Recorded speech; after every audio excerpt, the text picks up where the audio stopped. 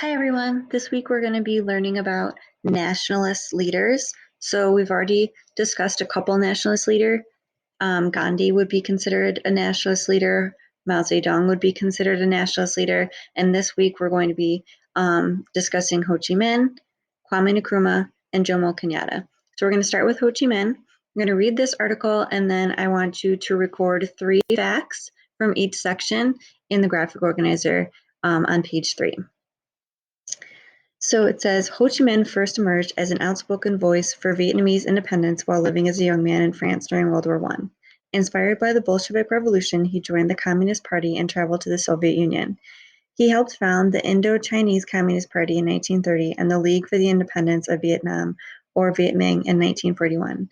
At World War II's end, Viet Minh forces seized the northern Vietnamese city of Hanoi and declared a democratic state of Vietnam, or North Vietnam, with Ho as president.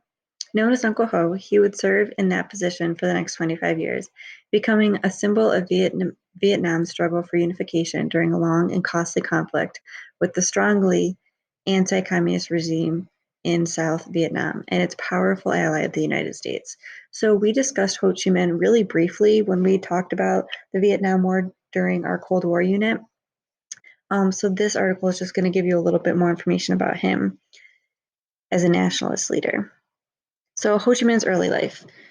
Ho Chi Minh was born Vang Son Kun on May 19, 1890, in a village in central Vietnam, then part of French Indochina.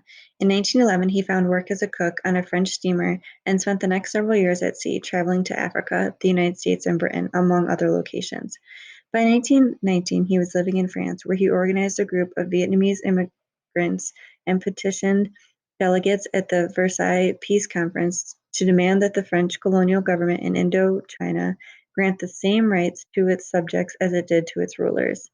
Inspired by the success of Vladimir Lenin's Bolshevik Revolution, he joined the new French Communist Party in 1920 and traveled to Moscow 3 years later. He soon began recruiting members of Vietnamese nationalist movement that would form the basis of the Indochinese Communist Party, founded in Hong Kong in 1930, and traveled the world, including Brussels, Paris, and Sam, now Thailand, where he worked as a representative of the Communist International Organization.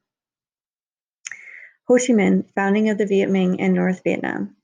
When Germany defeated France in 1940 during World War II, Ho saw it as an opportunity for the Vietnamese nationalist cause. Around this time, he began to use the name Ho Chi Minh, roughly translated as Bringer of Light, with his lieutenants Vo Nguyen Quan and Pham Van Duen. He returned to Vietnam in January 1941 and organized the Viet Minh, or League for the Independence of Vietnam. Forced to seek China's aid for the new organization, Ho was imprisoned for 18 months by Chiang Kai-shek's anti-communist government. So Ho Chi Minh's main goal, and the reason he's considered a nationalist leader, is because he was constantly fighting for Vietnamese independence. He wanted Vietnam to be independent from France, and to be communist. So the United States didn't necessarily like him because he was a communist, but really he just wanted Vietnam to be united and independent as a communist state.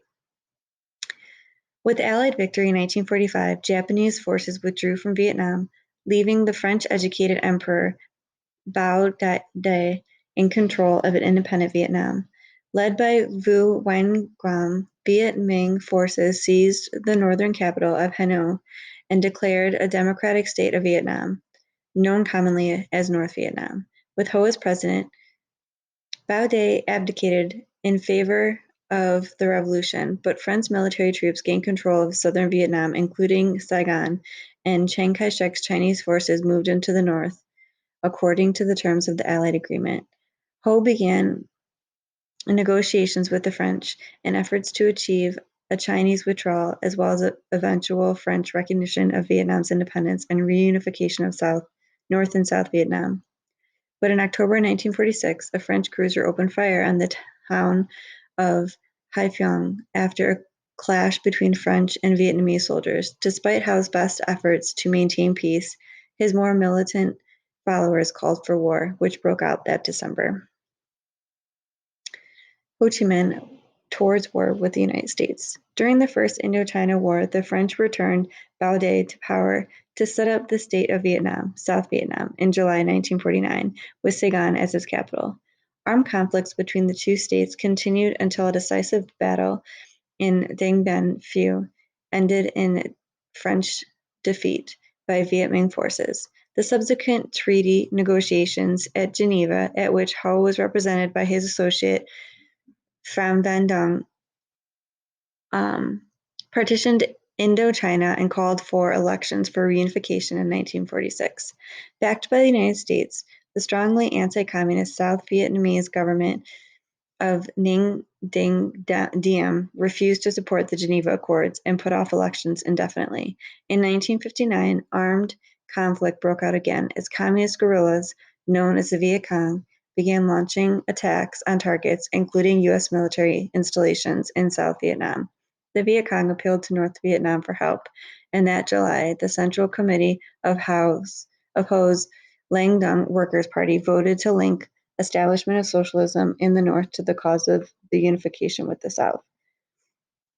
So they were supposed to have elections to reunify North and South Vietnam. South Vietnam didn't want to have elections because they were more communists in the country at the time, and so they didn't think that they would win. So they tried to postpone the elections, which made North Vietnam angry. Ho Chi Minh and the Vietnam War. At this same meeting, Ho ceded his position as party secretary general to Le Dam. He would remain nominally as North Vietnam's head of state during the Vietnam War, but would take a more behind-the-scenes role. To his people, Uncle Ho also remained an important symbol of Vietnam's unification. The U.S. continued to increase its support of South Vietnam, sending economic aid and beginning in December 1961, military troops.